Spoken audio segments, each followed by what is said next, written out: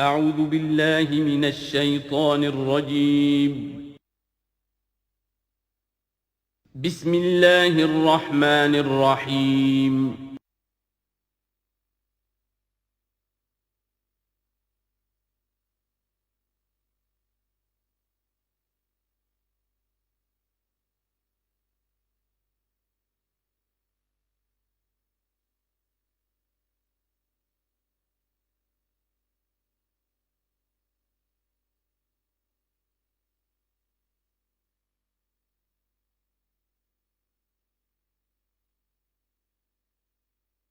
اعوذ باللہ من الشیطان الرجیم بسم اللہ الرحمن الرحیم الف لام میم ذالک الکتاب لا ریب فیہ صدق اللہ العظیم۔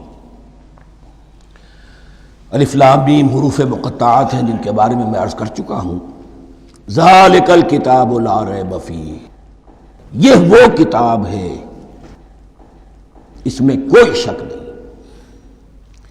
الکتاب اس لیے کہا گیا ہے کہ قرآن مجید کی پیشین گوئیاں اور خوشخبریاں سابقہ کتابوں میں موجود تھیں، اور چونکہ اس سورہ مبارکہ میں اصل خطاب کا رخ جو ہے وہ ہے سابقہ امت مسلمہ کی طرف، تو ذالک کتاب نہیں کہا گیا، ذالک کتاب لا ریب فیہ نہیں، ذالک الکتاب یہ وہ کتاب ہے، کتاب موعود ہے جس کی پیشین گوئیاں تورات اور انجیل میں موجود تھیں۔ لا ریب فیہ، اس میں کوئی شک نہیں۔ حرف اورا ریب نئے، تبدیل نئے، یہی الفاظ آئے ہیں سورہ سجدہ کے شروع میں بھی۔ الف لام میم تنزیل الکتاب لا ریب فیہ رب العالمین، لا ریب فیہ من رب العالمین، فیہ ھدی للمتقین۔ فیہ دونوں طرف مل سکتا ہے، لا ریب فیہ اسے معانقہ کہتے ہیں، لا ریب فیہ پڑھیں گے تو ہدن سے شروع کر دیں گے، لا ریب پر ختم کر دیں گے تو فیہ ہدن للمتقین، یہ دونوں معنی درست ہوں گے۔ ہدن للمتقین یہ ہدایت ہے، رہنمائی ہے اہل تقوی میں جو بچنا چاہیں۔ تقوی کا اصل مفہوم سمجھ لیجئے، وقا یقی کسی کو بچانا، تقوی خود بچنا۔ جن لوگوں کے اندر فطرت سلیمہ ہوتی ہے ان میں اخلاقی حس موجود ہوتی ہے، وہ بری چیز سے بچنا چاہتے ہیں، بھلی کو حاصل کرنا چاہتے ہیں۔ وہ لوگ ہیں کہ جو گویا کہ اس قرآن کا اصل مخاطب ہے، وہی اس سے استفادہ کر سکیں گے۔ الذین یؤمنون بالغیب، اب ان کے کچھ اوصاف، یہ اصل میں بہت زیادہ واضح ہوتا ہے تعویل خاص کے اعتبار سے کہ دیکھ لو درخت کو اپنے پھل سے پہچانتے ہیں، اس قرآن کے پھل موجود ہیں نا، یہ ابو بکر اور عمر اور عثمان اور علی کون ہیں؟ یہ جو مہاجرین آئے ہیں چل کر، مدینے والوں دیکھو یہ کون ہیں، ان کی شخصیتیں کیا ہیں، ان کا کردار کیا ہے، ان کے اوصاف کیا ہے، یہ کس درخت کے پھل ہیں؟ یہ اس بینہ کے پھل ہیں، یہ اس ذکرہ کے پھل ہیں۔ بینہ رسول من اللہ یتلو صحفا مطہرۃ فیہا کتب قیمہ، یہ اس شجرہ مبارکہ کے پھل ہیں۔ دیکھ لو ان کے کیا شب و روز ہے، الذین یؤمنون بالغیب، جو غیب پر ایمان رکھتے ہیں۔ تعویل عام کے اعتبار سے اس کا بہت اہم مفہوم ہوگا، جو یہ طے کر لے کہ سوائے مادے کی دنیا کے مجھے اس سے آگے جانا ہی نہیں، unless I can verify۔ آپ کو معلوم ہے کہ میٹیریل جو حقائق ہے وہ تو آپ ویریفائی کر سکتے ہیں، آنکھ سے دیکھ سکتے ہیں، کان سے سن سکتے ہیں، ویریفائڈ ہے۔ جو یہ سمجھ لے گا کہ اس کے بیونڈ کچھ نہیں ہے، اس کے لیے قرآن میں کوئی ہدایت نہیں۔ ہدایت قرآنی کا نقطہ آغاز یہ ہے کہ انسان یہ سمجھ لے کہ جو اصل حقیقت ہے وہ مستور ہے، نگاہوں سے چھپی ہوئی ہے۔ سامنے جو کچھ نظر آ رہا ہے، ایک انگلستان کے بہت بڑے فلسفی کی کتاب کا عنوان ہے appearance and reality, reality and appearance, Bradley کی کتاب۔ اپیئرنس جو کچھ نظر آ رہا ہے یہ حقیقت نہیں، حقیقت اس کے پیچھے ہے۔ اور کنفیوشس کا ایک جملہ ہے جو بہت بڑا حکیم اور فلسفی تھا، چین کا بہت بڑا حکیم اور فلسفی، اور ہو سکتا ہے کہ نبی ہو، واللہ عالم، ہم کہہ نہیں سکتے۔ اس کی تعلیم بڑی اخلاقی تعلیم ہے، اور اس کا جملہ سنیے، یہ یؤمنون بالغیب کی اس سے زیادہ صحیح تشریح ممکن نہیں۔ There are certain things, there's nothing more real than what cannot be seen. And there's nothing more certain than what cannot be heard. وہ حقائق جو آنکھوں سے نہیں دیکھے جا سکتے اور کانوں سے نہیں سنے جا سکتے، ان سے زیادہ یقینی اور واقعی حقائق اور کوئی نہیں. There's nothing more real than what cannot be seen, and there's nothing more certain than what cannot be heard. الذین یؤمنون بالغیب ویقیمون الصلاۃ، نماز قائم کرتے ہیں. ومما رزقناہم ينفقون، اور جو کچھ ہم نے انہیں دیا ہے اس میں سے خرچ کرتے ہیں، خیر میں، بھلائی میں، نیکی میں، ابناء نو کی حاجات کو رفع کرنے میں، لوگوں کی تکلیفیں دور کرنے میں، خود اللہ کے لیے، اللہ کی رضا جوئی کے لیے، اللہ کو قرض حسنہ دیتے ہوئے. والذین یؤمنون بما انزل الیک وما انزل من قبلک، اور وہ کہ جو ایمان رکھتے ہیں اس پر بھی جو آپ پر نازل کیا گیا ہے محمد صلی اللہ علیہ وسلم، اور اس پر بھی کہ جو آپ سے پہلے نازل کیا گیا. یہ بہت اہم الفاظ ہیں، اس لیے کہ عام طور پر آج کل ہمارے ہاں یہ خیال پھیلا ہوا ہے کہ یہ تورات اور انجیل کے پڑھنے کا کوئی فائدہ نہیں، کوئی ضرورت نہیں. کوئی ضرورت نہیں کی حد تک تو شاید بات صحیح ہو، لیکن کوئی فائدہ نہیں، یہ بالکل غلط ہے. یہ ابتدا ہے قرآن کی، اور کس قدر اہتمام کے ساتھ کہا جا رہا ہے. ایمان صرف قرآن پر نہیں، اس پر بھی کہ جو اس سے پہلے نازل کیا گیا. اور سورہ نساء کی آیت، اور سورہ نساء نازل ہوئی ہے کہیں جا کر سن 6 ہجری میں.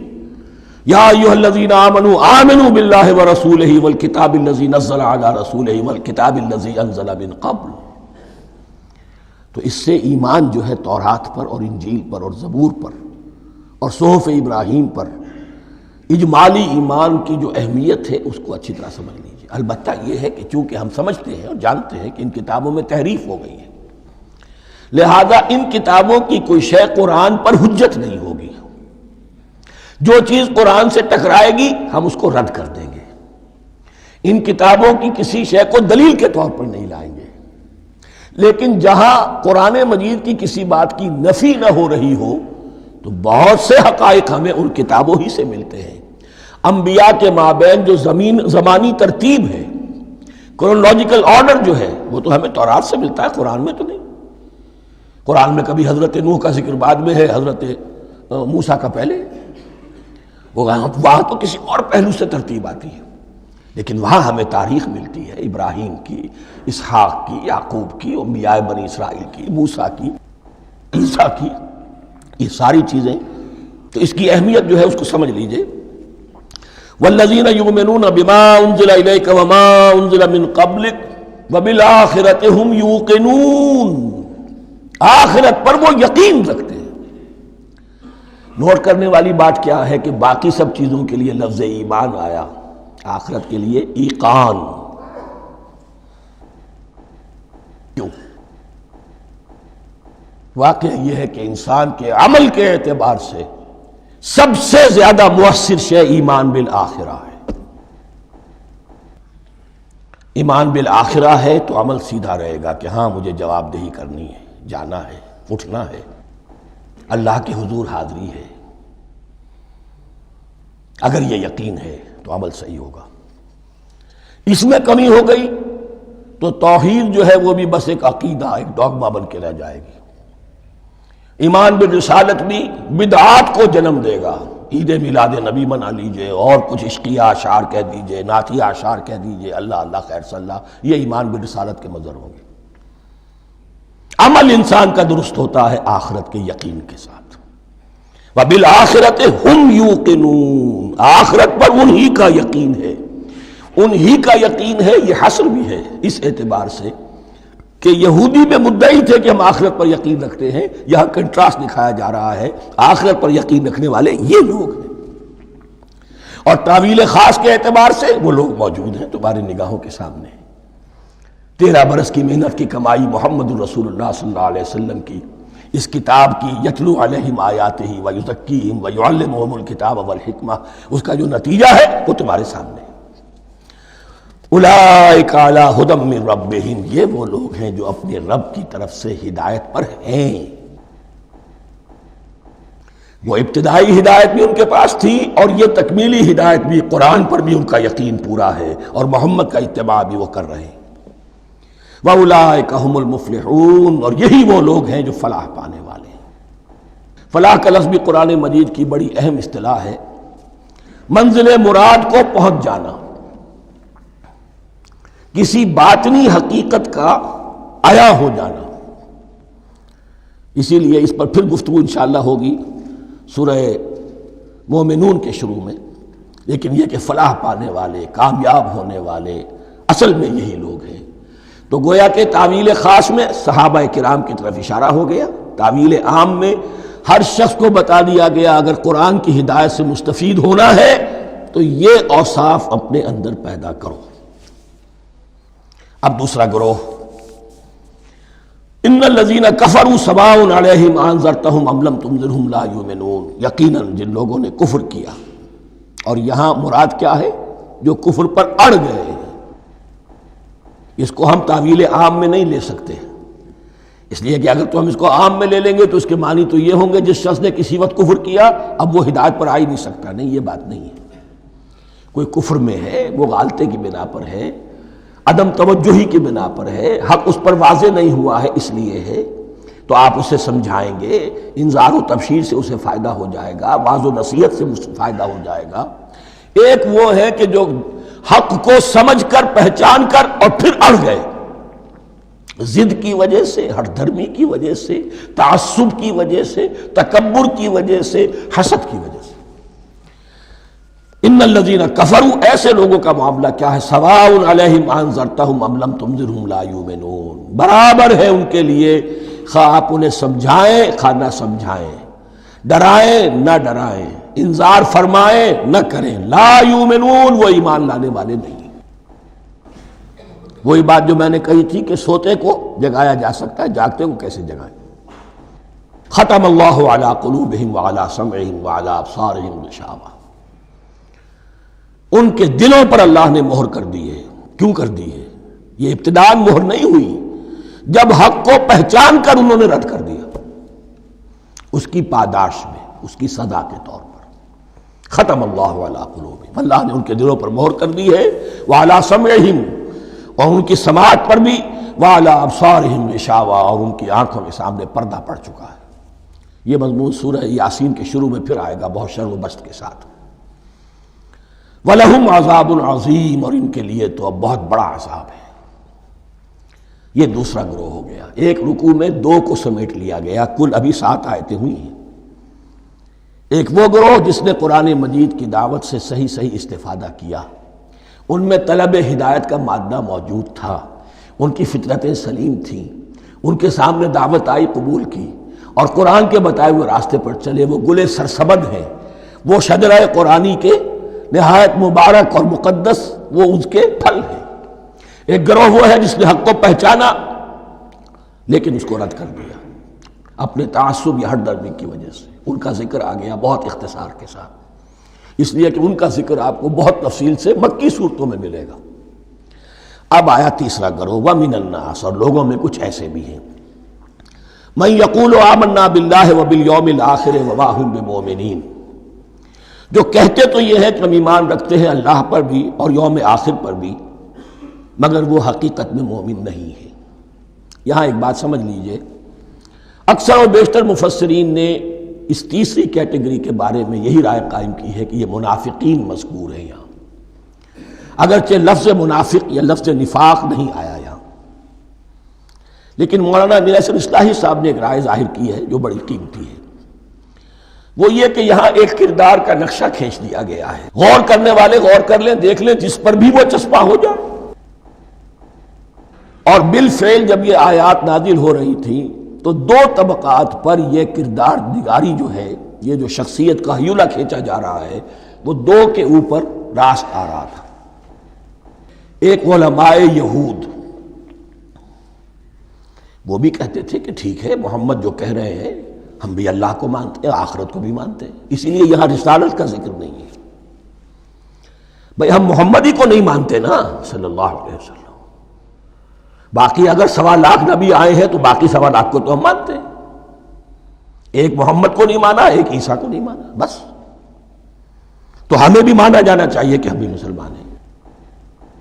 ایک یہ ان کی رائے ہے، اور واقعہ یہ ہے کہ یہاں اس طریقے کا تذکرہ ہو رہا ہے کہ جس سے ان کا کردار بھی جھلک رہا ہے، روح سخن ان کی طرف جا رہا ہے۔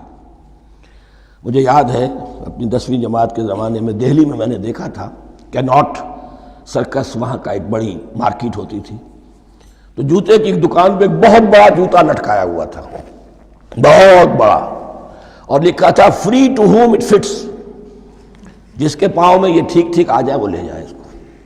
تو یہ free to whom it fits ہے، ایک کردار ہے۔ اب یہ کردار جس کے اوپر بھی فٹ بیٹھ جائے، ان میں یقیناً زیادہ تو غلبہ یہی ہے جو مفسرین کی رائے ہے، منافقین کا معاملہ جو ہو رہا ہے، لیکن یہ کردار بعین نہیں فٹ بیٹھ رہا ہے یہود کے علماء پر۔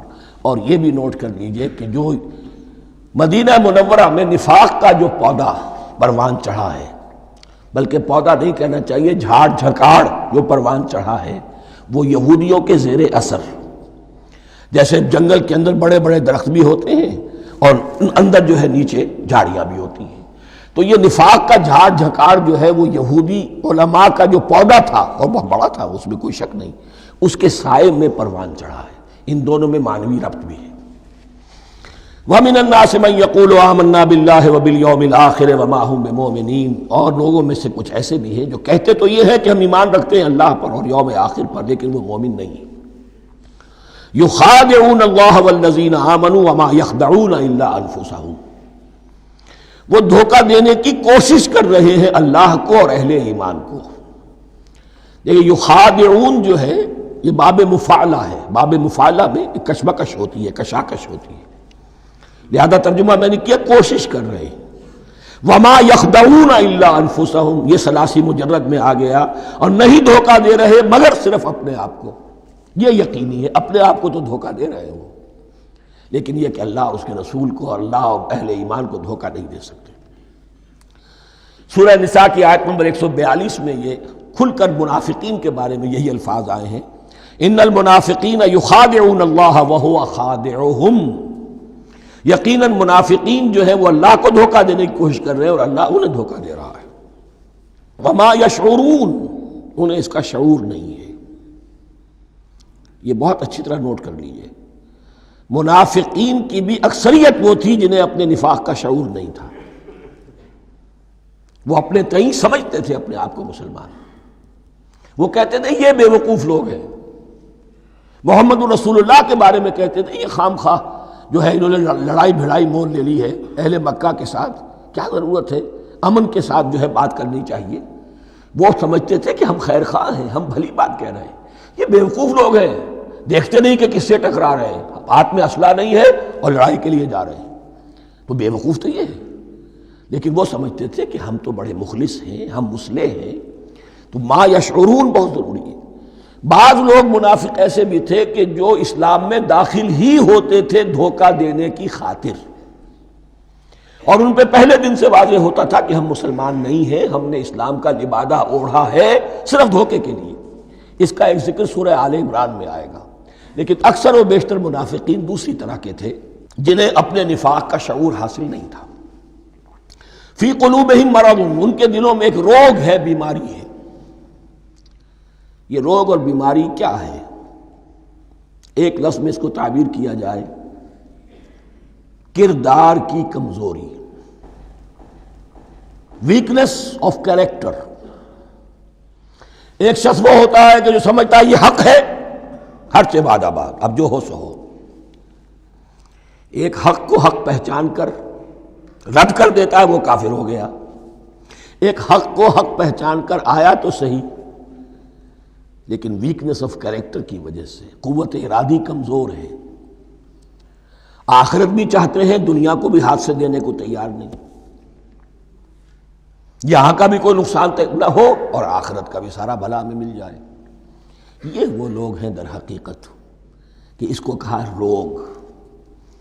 فی قلوبہم مرض فزادہم اللہ مرضا، تو اللہ نے ان کے مرض میں اضافہ کر دیا۔ یہ اللہ کی سنت ہے، آپ حق پر چلنا چاہیں حق کا راستہ آپ کے لیے آسان کر دے گا، آپ برائی کی طرف جانا چاہیں بڑی سے بڑی برائی آپ کے لیے ہلکی ہوتی چلی جائے گی۔ کوئی خاص بات ہی نہیں، چلو یہ بھی کر گزرو، جب یہ کر لیا تو یہ بھی کر گزرو۔ اور اگر آپ بین بین لٹکنا چاہیں تو اللہ اسی پہ چھوڑ دیتا ہے۔ ٹھیک ہے، آپ سمجھتے ہیں ہم کامیاب ہو رہے ہیں، ہم نے مسلمانوں کو بھی دھوکہ دے لیا، وہ ہمیں مسلمان سمجھتے ہیں، اور یہودیوں کو بھی دھوکہ دے لیا، وہ سمجھتے ہیں کہ ہم ان کے ساتھی ہیں، تو سمجھا کامیاب ہو رہے ہیں، حقیقت میں کامیابی نہیں۔ فی قلوبہم مرض فزادہم اللہ مرضا ولہم عذاب علیم بما کانوا یکذبون، اور ان کے لیے تو دردناک عذاب ہے۔ عذاب عظیم کا لفظ آیا تھا اوپر کفار کے لیے، وَلَهُمْ عَذَابٌ عَظِيمٌ، 7ویں آیت ختم ہوئی، اور عذاب علیم کا لفظ آیا یہاں، ان کے لیے دردناک المناک عذاب ہے، بما کانوا یکذبون، بسبب اس جھوٹ کے جو وہ بول رہے تھے۔ وَإِذَا قِيلَ لَهُمْ لَا تُفْسِدُوا فِي الْأَرْضِ، اور جب ان سے کہا جاتا تھا مت فساد کرو زمین میں، مراد کیا ہے اس سے؟ کہ جب محمد کو مان لیا کہ اللہ کے رسول ہیں، اب ٹھیک ٹھیک پیروی کرو، ان کے پیچھے چلو، ان کا حکم ہے تو جنگ کے لیے نکلو، ان کی طرف سے تقاضا آتا ہے مال پیش کرو، اور اگر تم اس سے کتراتے ہو تو فساد مچا رہے ہیں، جماعتی زندگی کے اندر فتنہ اور فساد پیدا کر رہے ہیں۔ وَإِذَا قِيلَ لَهُمْ لَا تُفْسِدُوا فِي الْأَرْضِ قَالُوا إِنَّمَا نَحْنُ مُصْلِحُونَ، وہ کہتے تھے نہیں ہم تو صلح کرانے والے ہیں، اصلاح کرنے والے ہیں، ہم چاہتے ہیں لڑنا بھیڑنا کوئی اچھی بات نہیں ہے، ٹکراؤ تصادم یہ کوئی اچھے کام تھوڑا ہی ہے، بس ٹھنڈے ٹھنڈے دعوت دیتے رہو، جو چاہے قبول کر لے، جو چاہے رد کر دے، خام خواہ یہ ٹکرانا اور یہ جنگ کرنا اور اللہ کے دین کو غالب کرنے کے لیے یہ قربانی دو اور یہ مصیبت جھیلو اور یہ مشقت برداشت کرو اور یہ چیز چھوڑو اور یہ ترک کرو، یہ کاہے کے لیے؟ وَإِذَا قِيلَ لَهُمْ لَا تُفْسِدُوا فِي الْأَرْضِ قَالُوا إِنَّمَا نَحْنُ مُصْلِحُونَ أَلَا إِنَّهُمْ هُمُ الْمُفْسِدُونَ وَلَٰكِن لَا يَشْعُرُونَ، آگاہ ہو جاؤ کہ وہی ہے مفسد، فساد پھیلانے والے، اس لیے کہ محمد رسول اللہ کی دعوت ہے زمین میں اصلاح کے لیے، اس اصلاح کے لیے کچھ آپریشن کرنا پڑے گا، مریض اس درجے کو پہنچ چکا ہے کہ آپریشن کے بغیر اس کی شفا نہیں ہوگی، اب اگر تم اس کے راستے میں رکاوٹ بنتے ہو تو در حقیقت تم فساد مچا رہے ہو، لیکن تمہیں اس کا شعور نہیں ہے۔ الا انہم ہم المفسدون ولکن لا یشعرون، پھر دیکھیے نوٹ کیجئے، شعور نہیں ہے، شعوری نفاق اور شے ہے، غیر شعوری نفاق ہے کہ جس کا یہ سارا تذکرہ ہو رہا ہے۔ وَإِذَا قِيلَ لَهُمْ آمِنُوا كَمَا آمَنَ النَّاسُ، اور جب ان سے کہا جاتا ہے ایمان لاؤ جیسے دوسرے لوگ ایمان لائے ہیں، آخر دیکھو دوسرے یہ اہل ایمان ہیں، جب بلاوا آتا ہے فوراً لبیک حاضر ہوتے ہیں، جو بھی ہو، یہ تم جو ہے آخر تم نے اور روش اختیار کی۔ وَإِذَا قِيلَ لَهُمْ آمِنُوا كَمَا آمَنَ النَّاسُ قَالُوا أَنُؤْمِنُ كَمَا آمَنَ السُّفَهَاءُ، وہ کہتے ہیں کہ کیا ہم ایمان لائے جیسے یہ بے وقوف لوگ ایمان لائے، انہیں تو اپنے نفع کی فکر، نہ نقصان کی فکر، نہ خطرات کا کوئی خیال، نہ اندیشوں کا کوئی گمان، جان جائے مال جائے، اولاد کو چھوڑ دیں، گھر بار چھوڑ کے آ گئے ہیں، ان سے بڑے بے وقوف کون ہوں گے؟ بال بچے چھوڑ آئے ہیں کفار مکہ کے رحم و کرم پر، سرداران قریش جو چاہے ان کے ساتھ کریں، تو یہ تو بے وقوف لوگ ہیں۔ آج کل آپ کہتے ہیں ایسے ہی لوگوں کو فینیٹکس ہیں، یہ فینیٹکس ہیں، دیکھ بھال کر چلنا چاہیے، دائیں بائیں دیکھ کر چلنا چاہیے، نفع نقصان کا خیال کر کے چلنا چاہیے، چاہے حق ہے ٹھیک ہے، لیکن بہرحال اپنی مصلحتوں کو بھی اور اپنی اہل و عیال کی مصلحتوں کو بھی دیکھنا چاہیے۔ یہ لوگ تو معلوم ہوتا ہے کہ بالکل دیوانے ہو گئے، فینیٹکس ہو گئے۔ وَإِذَا قِيلَ لَهُمْ آمِنُوا كَمَا آمَنَ النَّاسُ قَالُوا أَنُؤْمِنُ كَمَا آمَنَ السُّفَهَاءُ أَلَا إِنَّهُمْ هُمُ السُّفَهَاءُ وَلَٰكِن لَا يَعْلَمُونَ، آگاہ ہو جاؤ کہ وہی بے وقوف ہیں لیکن انہیں علم نہیں ہے، وہ صادق الایمان جو ایمان کی ہر تقاضے کو پورا کرنے کے لیے ہر وقت حاضر ہیں، ان سے بڑا عقل مند کوئی نہیں، ان سے بڑا سمجھدار کوئی نہیں، انہوں نے یہ جان لیا ہے کہ اصل زندگی آخرت کی زندگی ہے، یہ نہیں ہے، یہ تو عارضی ہے، کل نہیں آج ختم ہو جائے، آج نہیں ابھی ختم ہو جائے، کیا فرق پڑے گا، جانا تو ہے، اب نہیں تو کل، کل نہیں تو پرسوں، جانا تو ہے، تو عقل تو ان کے اندر ہے۔ الا انہم هم السفہاء ولکن لا یعلمون واذا لقوا الذین آمنوا قالوا آمنا، اور جب یہ ملتے ہیں ان سے جو اہل ایمان ہیں تو کہتے ہیں ہم بھی ایمان رکھتے ہیں۔ اب یہ ان دونوں پر آئے گا۔ عام جو یہودی تھے وہ بھی کہتے تھے کہ ہم بھی تو آخر اللہ کو مانتے ہیں، آخرت کو مانتے ہیں، اور منافق تو تھے ہی جو رسول کو بھی مانتے تھے۔ وَإِذَا خَلَوْا إِلَىٰ شَيَاطِینِهِمْ، اور جب یہ اپنے شیطانوں کے پاس خلوت میں ہوتے ہیں، اور یہاں شیاطین سے مراد ہیں اہل کتاب یہود کے علماء، ان کے سردار، یا عبداللہ ابن ابی جو منافقین مدینہ کا سردار تھا۔ اگر وہ کبھی ملامت کرتا تھا، دیکھو تم تو معلوم ہوتا ہے بالکل مسلمانوں میں شامل ہی ہو گئے پوری طرح سے، تمہیں کیا ہو گیا، تم ہر بات مان رہے ہو۔ اب انہیں یہ کچھ نہ کچھ اپنی وفاداری کا یقین دلانے کے لیے کہنا پڑتا تھا، نہیں ہم انہیں بیوقوف بنا رہے ہیں، ہم ان سے ذرا تمسخر کر رہے ہیں، ہم ہیں آپ کے ساتھ ہی، آپ فکر نہ کریں۔ اسی لیے یہ دو منہ ہونا، نفق کہتے ہیں سرنگ کو جس کے دو دروازے ہوتے ہیں، باقی زیر زمین ہے۔ نافقہ گوہ کا بل ہے کہ دو دروازے رکھتا ہے، دو اس کے منہ رکھتا ہے کہ ادھر سے اگر کتا داخل ہو جائے شکار کے لیے تو ادھر سے نکل بھاگے، ادھر سے آئے تو ادھر سے نکل بھاگے۔ تو دو منہ انسان، یہ در حقیقت جس کو پھر سورہ نساء میں کہا گیا لا الہ ہؤلاء ولا الہ ہؤلاء، نہ ادھر کے ہیں نہ ادھر کے، مذبذبین بین ذالک، اس کے درمیان مذبذب ہو کر رہ گئے۔ یہ شیطان کا لفظ یہاں سمجھ لیجئے کہ اس کے دو رائے ہیں کہ یہ شطنہ سے بنا ہے یا شات سے بنا ہے، شین الف توئے یا شین تو نون۔ شطنہ کے معنی تباعدا، کوئی بہت دور ہو گیا، شیطان سے مراد جو اللہ کی رحمت سے بہت دور ہو گیا۔ اور شاتا یشیتو کے معنی ہے احترق غضبا وحسدا، کوئی شخص غصے اور حسد کے اندر جل رہا ہو، وہ شاتا یشیتو ہے۔ اس سے فعلان کے وزن پر، رحمان کے وزن پر، غضبان کے وزن پر شیطان، یعنی وہ کہ جو حسد اور غضب کی آگ میں جل رہا ہے۔ تو یہ ایک تو شیطان وہ ہے کہ جو جنات میں سے ہے، جس کا نام عزازیل تھا پہلے، اب ہم اسے ابلیس کے نام سے جانتے ہیں، وہ ایک شیطان ہے، جنی ہے۔ پھر یہ کہ جو بھی اس کے پیروکار ہیں دنیا میں، انسانوں میں سے ہوں یا جنات میں سے ہوں، وہ بھی شیاطین ہیں۔ اسی طرح اہل کفر، اہل زیغ کے جو بڑے بڑے سردار ہوتے ہیں، ان کو بھی شیطان سے تعبیر کیا گیا۔ وَإِذَا خَلَوْا إِلَىٰ شَيَاطِینِهِمْ قَالُوا إِنَّا مَعَكُمْ، اور جب وہ خلوت میں ہوتے ہیں، علیحدگی میں ہوتے ہیں اپنے شیاطین کے پاس، سرداروں کے پاس، کہتے ہیں ہم تو آپ کے ساتھ ہیں، انما نحن مستہزئون، یہ تو ہم ان مسلمانوں کو بیوقوف بنا رہے ہیں، ان سے استہزاء کر رہے ہیں، تمسخر کر رہے ہیں۔ ہم تمسخر میں کہہ دیتے ہیں کہ ہم بھی آپ کے ساتھ ہیں، آمنا۔ اللہ یستہزئ بہم ویمدہم فی طغیانہم یعمہون، حقیقت کیا ہے کہ اللہ ان کا مذاق اڑا رہا ہے اور ان کو ڈھیل دے رہا ہے کہ وہ اپنے عقل کے اندھے پن میں بڑھتے چلے جائیں۔ اللہ تعالیٰ جیسا میں نے عرض کیا رسی دراز کرتا ہے، کوئی شخص غلط راستے پر جانا ہے تو جاؤ بھائی، فوراً تو نہیں پکڑتا، اگر فوراً پکڑ لے تو سیدھا ہو جائے گا، چلتے جائے، جہاں جانا چاہتے ہو جاؤ۔ تو ان کو بھی رسی دراز کر رہا ہے اللہ، لیکن یہ کہ اللہ یستہزئ بہم، یہ سمجھتے ہیں کہ مسلمانوں کا مذاق اڑا رہے ہیں، اصل میں مذاق ان کا اڑ رہا ہے اللہ کے نزدیک۔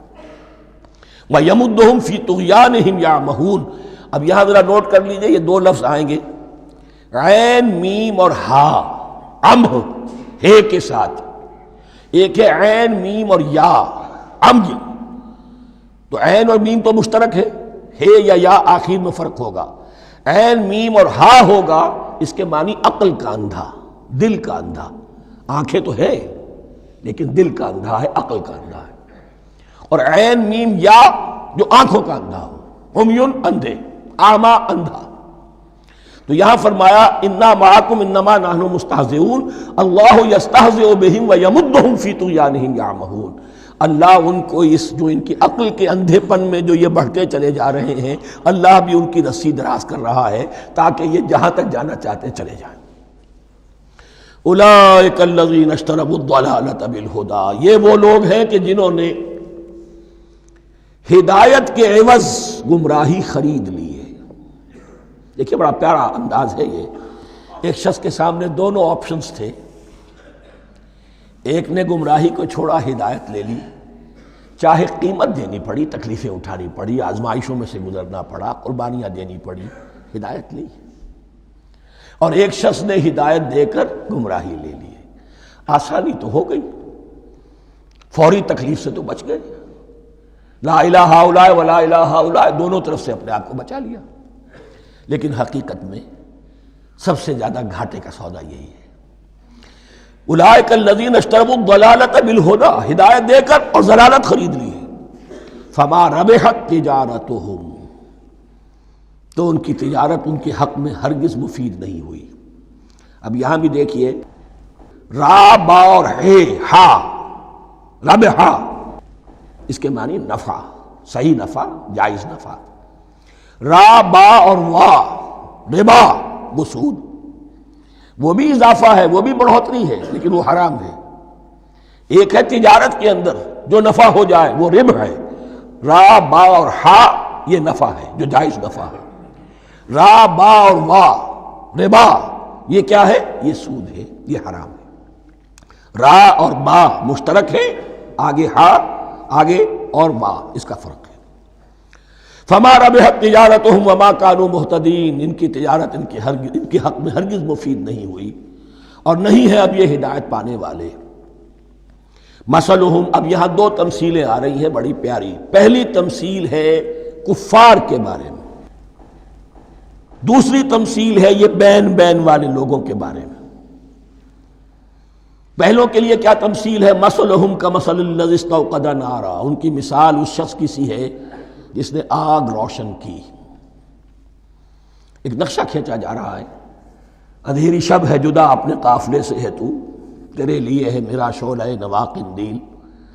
اندھیری شب ہے، قافلہ بھٹک رہا ہے، کچھ لوگ بڑی ہمت کرتے ہیں، اندھیرے میں بھی ادھر ادھر سے لکڑیاں جمع کرتے ہیں اور آگ روشن کر دیتے ہیں۔ لیکن عین اس وقت جب آگ روشن ہوتی ہے کچھ لوگوں کی بینائی سلب ہو جاتی ہے۔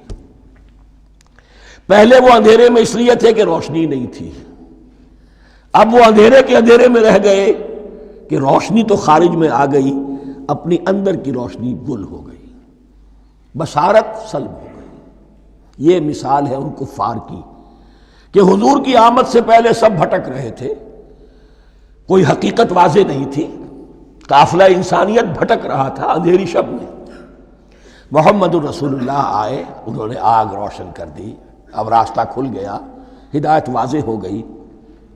لیکن کچھ ضد یا تعصب یا تکبر یا حسد کی بنیاد پر کچھ لوگوں کی اندر کی بینائی زائل ہو گئی، تو وہ تو ویسے کے ویسے بھٹک رہے ہیں، جیسے پہلے اندھیرے میں تھے ویسے ہی اب اندھیرے میں ہیں۔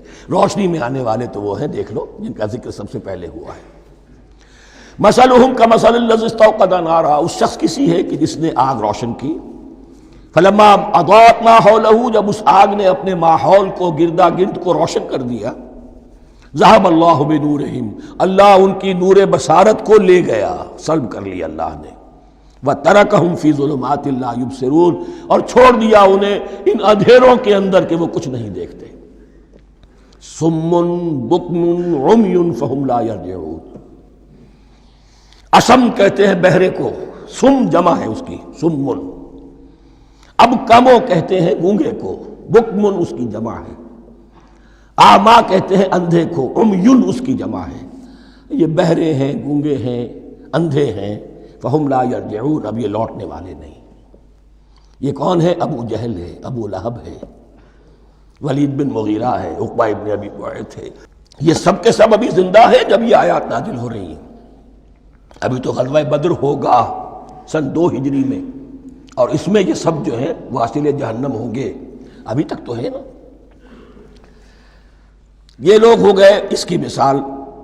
وَمَثَلُهُمْ كَمَثَلِ الَّذِي اسْتَوْقَدَ نَارًا فَلَمَّا أَضَاءَتْ مَا حَوْلَهُ ذَهَبَ اللَّهُ بِنُورِهِمْ وَتَرَكَهُمْ فِي ظُلُمَاتٍ لَا يُبْصِرُونَ صُمٌّ بُكْمٌ عُمْيٌ فَهُمْ لَا يَرْجِعُونَ۔ اب دوسری مثال، أَوْ كَصَيِّبٍ مِّنَ السَّمَاءِ، یا بڑی زور کی بارش برس رہی ہے آسمان سے، فِيهِ ظُلُمَاتٌ، اس میں اندھیرے بھی ہیں، وَرَعْدٌ، اور گرج ہے، وَبَرْقٌ، اور بجلی چمک رہی ہے۔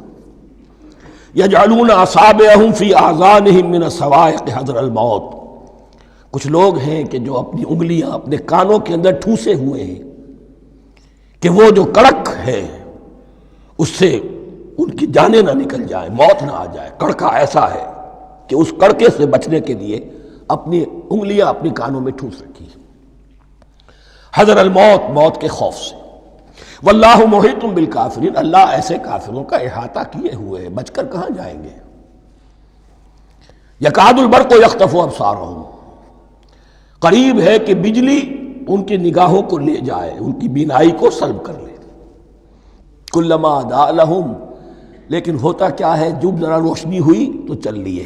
مشوا فیہ، بجلی چمکی، کچھ نظر آ گیا دائیں بائیں تو کچھ تھوڑا سا چل لیے۔ وَإِذَا أَظْلَمَ عَلَيْهِمْ، اور جب تاریکی ان پر طاری ہو گئی، قاموا، کھڑے کے کھڑے رہ گئے۔ یہ نقشہ ہے ان کا کہ ایک طرف بارش ہو رہی ہے، قرآن مجید ہے، آسمان سے نازل ہو رہا ہے، یہ ماہ مبارکہ ہے، یہ کتاب مبارکن ہے، لیکن یہ کہ اس کے ساتھ کڑکے ہیں، گرج ہے، کفر سے مقابلہ ہے، کفر کی طرف سے دھمکیاں ہیں، اندیشے ہیں، خطرات ہیں، امتحانات ہیں، آزمائشیں ہیں۔ ذرا کہیں حالات کچھ بہتر ہوئے، کچھ جسے بریدنگ سپیس کہتے ہیں ملی، تو تھوڑا سا چل لیے، ہم بھی مسلمان ہیں، کوئی خاص موقع نہیں ہے، کسی جنگ کے لیے بلایا نہیں جا رہا ہے، تو بڑھ چڑھ کے باتیں کر رہے ہیں، اپنے ایمان کا اظہار بھی کر رہے ہیں۔ جیسے ہی کوئی آزمائش آئی، قاموا، ٹھٹک کر کھڑے کے کھڑے رہ گئے۔ وَلَوْ شَاءَ اللَّهُ لَذَهَبَ بِسَمْعِهِمْ وَأَبْصَارِهِمْ، اللہ چاہتا تو ان کی سماعت اور بصارت کو بھی سلب کر لیتا، لیکن اللہ کا قانون یہی ہے، جو جہاں رہنا چاہے اس نے آزادی ارادہ دی ہے انسان کو۔ تم اگر مومن صادق بن کر رہنا چاہتے ہو، اس کو آسان کر دے گا تمہارے لیے۔ تم نے اپنے تعصب کی وجہ سے، اپنے تکبر کی وجہ سے کفر کا راستہ اختیار کیا، اللہ اسی کو کھول دے گا۔ تم بیچ میں لٹکنا چاہتے ہو، لٹکتے رہو، اللہ تعالیٰ جو ہے جبرن کسی کو نہ حق پہ لائے گا، نہ جبرن کسی کو باطل پر لے کر جائے گا۔ اس لیے کہ جبر اگر ہو تو پھر امتحان کا معاملہ ختم، پھر جزا و سزا بیکار ہے، غیر منطقی ہے، غیر معقول ہے۔ ان اللہ علی کل شیء قدیر، یقیناً اللہ تعالیٰ ہر چیز پر قادر ہے۔ یہ دو رکوع اس اعتبار سے کہ انسانی شخصیتوں کا سمجھنا، اور جیسا کہ میں نے عرض کیا، تعویل عام ذہن میں رکھیے، جب بھی کبھی کوئی دعوت حق اٹھے گی، اگر وہ واقعتاً کل کے کل حق کی دعوت ہے اور اس میں انقلابی رنگ ہے کہ باطل سے پنجہ آزمائی کرنی ہے، باطل کو نیچا دکھانا ہے، حق کا غلبہ کرنا ہے، تو یہ تین قسم کے افراد لازماً ہمیشہ وجود میں آ جائیں گے۔ ان کو پہچاننا، ان کے کردار کی جو اصل جو اس کے پیچھے پس منظر ہے، اس کو جاننا بہت ضروری ہے۔ اب جو تیسرا رکوع آ رہا ہے سورہ بقرہ کا، اس میں قرآن کی دعوت کا خلاصہ ہے۔ قرآن کیا ماننے کی دعوت دیتا ہے، اس کی پکار کیا ہے۔ جیسا کہ میں عرض کر چکا ہوں، 2/3 قرآن پہلے نازل ہو چکا ہے، پس منظر میں ہے۔ ہمارے لیے اس ترتیب مصحف کے اعتبار سے وہ قرآن بعد میں آئے گا، ترتیب نزول کے اعتبار سے وہ پس منظر میں موجود ہے، لیکن چونکہ یہاں پر مصحف کے اندر یہاں سے آغاز کیا جا رہا ہے، لہذا اس کا خلاصہ جو ہے لب لباب یہ ایک رکوع میں، اور قرآن کے فلسفے کا اور اس کے بعض نہایت ہی اہم جو موضوعات ہیں اور مسائل ہیں ان کا ذکر پھر چوتھے رکوع میں۔ ابھی ہم تیسرا رکوع پڑھ رہے ہیں۔ یا ایھا الناس اعبدوا ربکم الذی خلقکم والذین من قبلکم لعلکم تتقون، اے لوگو بندگی اختیار کرو اپنے اس رب کی، اپنے اس مالک کی جس نے تمہیں پیدا کیا، اور نہ صرف تم کو پیدا کیا، تم سے پہلے جتنے لوگ گزرے انہیں بھی پیدا کیا تاکہ تم بچ سکو۔ یہ قرآن کی دعوت کا خلاصہ ہے، اور یہ نوٹ کر لیجئے، یہ تمام انبیاء اور رسل کی دعوت یہی تھی۔ اب جب پڑھیں گے سورہ اعراف پڑھیں گے، سورہ شعراء پڑھیں گے، ایک ایک کا نام لے کر، ان اعبدوا اللہ واطیعون، ہر رسول کی دعوت یہ تھی، اللہ کی بندگی کرو، میری اطاعت کرو۔ یا قوم اعبدوا اللہ ما لکم من الہ غیرہ، اے میری قوم کے لوگوں اللہ کی بندگی کرو، تمہارا کوئی الہ اور معبود اس کے سوا نہیں ہے۔ پھر عضو قرآن یہی عبادت رب انسان کی تخلیق کی غایت ہے، وما خلقت الجن والانس الا لیعبدون، ہم نے جنوں اور انسانوں کو پیدا ہی صرف اس لیے کیا ہے کہ ہماری بندگی کریں۔ لیکن یہاں ایک فرق بہت بڑا ہے، تمام رسولوں کی دعوت یہی ہے، محمد الرسول اللہ کی بھی یہی ہے، لیکن بڑا فرق کیا ہے؟ باقی تمام رسولوں کی دعوت آپ کو ملے گی یا قوم، اے میری قوم کے لوگوں، یہاں ہے یا ایھا الناس، اے بنی آدم، اے بنی نوع انسان۔ معلوم ہوا کہ تمام رسول حضور سے پہلے صرف اپنی اپنی قوموں کی طرف آئے ہیں، پہلے اور آخری اور کامل رسول ہیں اللہ کے محمد صلی اللہ علیہ وسلم، جن کی دعوت آفاقی ہے۔ یا ایھا الناس، یا قوم نہیں، یا ایھا الناس اعبدوا ربکم الذی خلقکم والذین من قبلکم۔ اس میں دلیل بھی آ گئی کہ عام طور پر لوگ جو ہے غلط راستے پر اس دلیل سے جمے رہتے ہیں کہ ہمارے آباء و اجداد کا راستہ یہی تھا۔ تو بھائی جیسے تم مخلوق ہو ایسے وہ بھی تو مخلوق تھے، جیسے تم خطا کر سکتے ہو وہ بھی تو خطا کر سکتے تھے۔ لہذا یہ نہ دیکھو کہ آباء و اجداد کا راستہ کیا تھا، دیکھو یہ کہ حق کیا ہے، لعلکم تتقون، تاکہ تم بچ جاؤ، دنیا میں افراط و تفریط کے دھکوں سے بچ جاؤ گے، آخرت میں اللہ کے عذاب سے بچ جاؤ گے۔ ان دونوں سے اگر بچنا ہے تو اللہ کی بندگی کی روش اختیار کرو۔ اچھا کس رب کی؟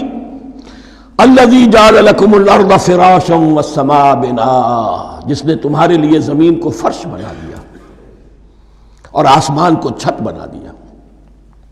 وانزل من السماء ماء، اور آسمان سے پانی برسایا، فاخرج بہ من الثمرات رزقا لکم، اور پھر اس پانی کے ذریعے سے زمین سے میووں کی شکل میں، پیداوار کی شکل میں تمہارے لیے رزق اگایا۔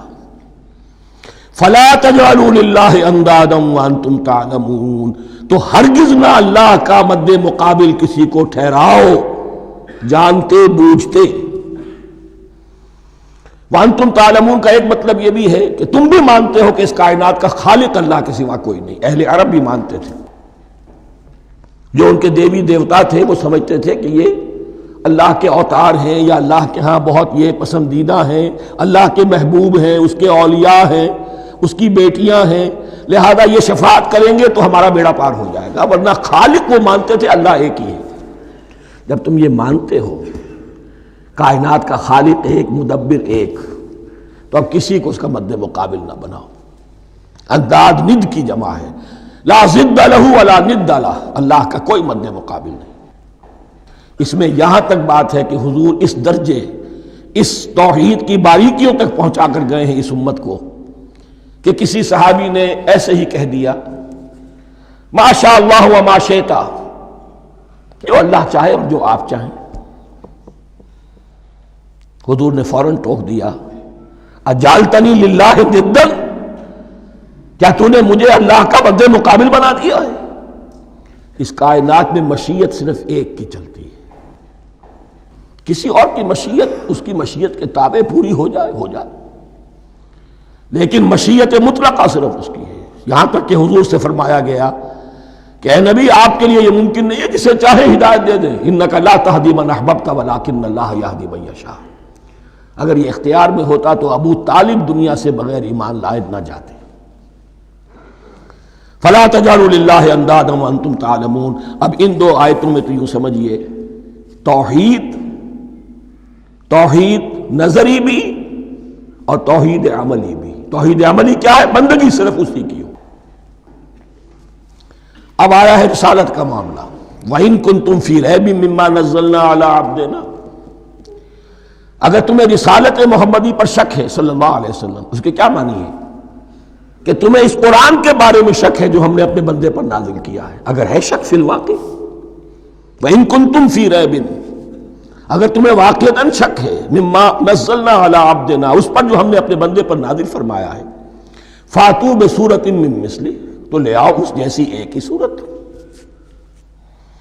یہ ہم کل پوری تفصیل سے دیکھ چکے ہیں کہ برسبیل تنزل یہاں پہنچے ہیں، پہلے 2 آیتیں میں نے آپ کو سنائی تھی اس میں پورے قرآن کی مثال لانے کا چیلنج کیا گیا. پھر ایک آیت سنائی جس میں 10 صورتیں ہی لے آؤ. اب آخری درجے میں ایک صورت ہی بنا لا, اور ایک صورت تو سورۃ العصر کے مساوی بھی ہو سکتی تھی, سورۃ الکوثر کے مساوی بھی ہو سکتی تھی. وَادْعُوا شُهَدَاءَكُم مِّن دُونِ اللَّهِ إِن كُنتُمْ صَادِقِينَ, اور بلا لو اپنے سارے مددگاروں کو اللہ کے سوا, جن ہوں انس ہوں. اس لیے کہ قریش کا خیال یہ تھا کہ جو شعراء ہوتے ہیں ان کے پاس جن ہوتے ہیں, وہ جن انہیں سکھاتے ہیں, ورنہ عام آدمی تو یہ شعر نہیں کہہ سکتا. تو تمہارا اگر کوئی گمان ہے کوئی جنات سکھانے والے ہیں, کوئی انسان ہے, خطیب ہیں, شعراء ہیں, ادیب, سب کو جمع کر. ان کنتم صادقین, اب یہ ہے بہت ہی, جس کو میں نے کل کہا تھا آپ کو یاد ہوگا, قرآن کا انداز کیا ہوتا ہے کہ وہ اپنے اندر جھانکنے کی دعوت دیتا ہے.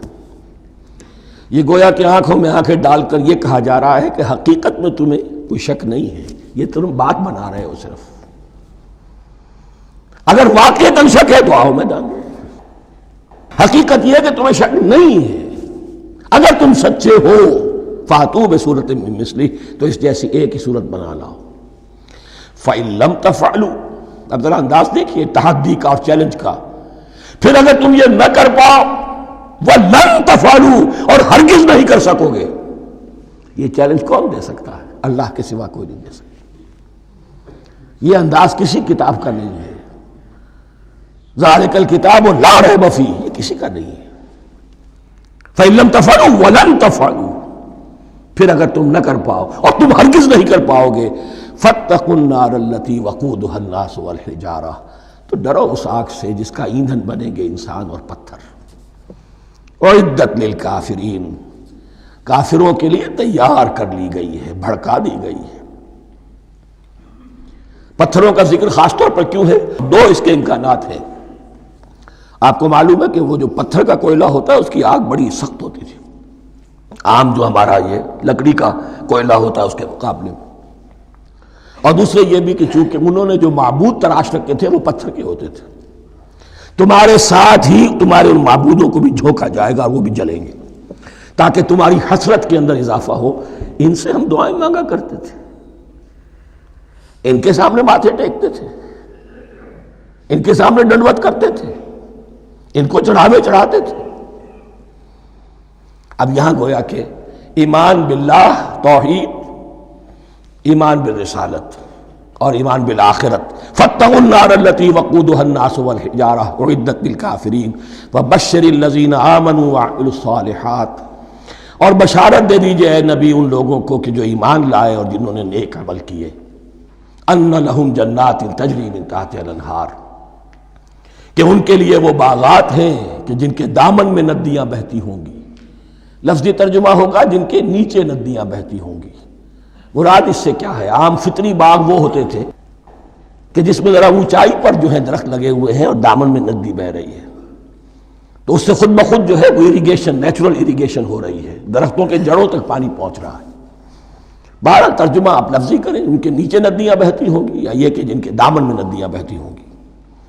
کلما رزقوا منها من ثمرۃ رزقا, جب بھی کبھی انہیں دیا جائے گا کوئی پھل رزق کے طور پر کھانے کے لیے جنت میں, قالوا هذا الذي رزقنا من قبل, وہ کہیں گے یہ تو وہی شے ہے جو ہمیں پہلے بھی ملتی تھی. اس کا ایک مفہوم یہ ہے, یہ جو نزل ہے ابتدائی جو ہے دعوت ہے, ابتدائی ضیافت جو ہوگی اس میں وہی چیزیں کہ جو معروف ہے, جانی پہچانی ہے. یہ رمان, یہ دیکھیے یہ انار آ رہا ہے خوبصورت, یہ انگور ہے خوبصورت, یہ نخیل ہے, یہ نخل ہے, یہ رطب ہے, لیکن ذائقے کے کوئی نسبت و تناسب بھی نہیں ہوگا. وہ کہیں گے یہ وہی شے ہے جو ہمیں پہلے ملتی تھی. وَأُتُوا بِهِ مُتَشَابِهًا, مشابہ تو ہوگی وہ, لیکن ان کے ذائقے میں زمین و آسمان کا فرق ہوگا. اور ایک یہ بھی مفہوم لیا گیا کہ آخرت میں جنت میں بھی وہی میوے ملتے رہیں گے, لیکن ان کا ذائقہ بدلتا رہے گا. شکل وہ ہوگی لیکن ذائقہ وہی رہے گا کہ جس سے انسان کی بھی طبیعت بھر جاتی ہے ایک ہی شے کو کھاتے ہوئے. وَلَهُمْ فِيهَا أَزْوَاجٌ مُطَهَّرَةٌ, اور ان کے لیے ہوں گے اس میں بہت ہی پاک باز, نہایت پاک کی ہوئی بیویاں ہوں گی. ازواج مطہرۃ وہم فیہا خالدون، اور اس میں رہیں گے ہمیشہ ہمیشہ۔ یہ تو تین جو اصول ہیں دین کے دعوت ایمان، توحید اور رسالت اور معاد، ایمان باللہ، ایمان بالرسول، ایمان بالآخرہ۔ اب ذرا کچھ ضمنی مسائل ہیں کہ جو بعض کفار کی طرف سے، بعض معتزلین کی طرف سے پیش ہوتے تھے، وہ کبھی بھی اس چیلنج کا مقابلہ تو نہ کر سکے، میدان میں تو نہ آ سکے۔ یہ بالکل ایسی بات ہے جیسے کسی مصور کی تصویر پر اعتراض کرنے والے تو بہت تھے۔ جب کہا گیا کہ ذرا یہ لیجئے قلم، اس کو ٹھیک کر دیجئے، یہ برش آپ کے ہاتھ میں دیتا ہوں، اب سب پیچھے ہٹ گئے۔ تو کوئی صورت قرآن کے مقابلے میں لانا وہ تو ان کے لیے ممکن نہیں تھی، لیکن ادھر ادھر سے اعتراضات کرنے کے لیے جو زبانیں کھلتی تھی ان میں سے ایک اعتراض نقل کیا جا رہا ہے۔ وہ یہ تھا کہ وہ کہتے تھے کہ قرآن مجید میں مکھی کی تشبیہ آئی ہے، یہ تو بڑی حقیر سی شے ہے، اعلیٰ کلام ہو اور اعلیٰ متکلم ہو، وہ ایسی حقیر چیزوں کا تذکرہ نہیں کرتا۔ بیت العنکبوت، مکڑی کا بھی ذکر ہے قرآن میں، اتنی حقیر شے کا، یہ کوئی اعلیٰ کلام نہیں۔ اس کا جواب دیا جا رہا ہے کہ اصل میں کہیں تشبیہ بیان کرنی ہے، تمثیل بیان کرنی ہے، تو دیکھنا یہ کہ جس شے کے لیے تشبیہ دی جا رہی ہے اس کی مناسبت والی شے ہو۔ شے کوئی بہت حقیر ہے تو کسی عظمت والی شے سے آخر کیسے تشبیہ دی جائے گی؟ وہ تو کسی حقیر شے سے ہی تشبیہ دی جائے گی، تو جو اصل مقصد ہے تشبیہ کا وہ پورا ہوگا۔ ان اللہ لا یستحیی ان یضرب مثلا ما بعوضۃ فما فوقہا، اللہ تعالیٰ کو تو اس میں کوئی جھجک نہیں ہے، کوئی شرم نہیں ہے کہ وہ مچھر کی مثال بیان کرے، تو اس سے اوپر، اب یا فوقہا میں دونوں معنی ہو جائیں گے، یعنی کمتر اور حقیر ہونے میں اس سے بھی بڑھ کر، یا یہ کہ اس سے اوپر کی کوئی شے، اس کی مثال دینے میں اللہ کو کوئی جھجک نہیں، اس لیے کہ مکھی بھی بہرحال مچھر سے تو ذرا بڑی شے ہے۔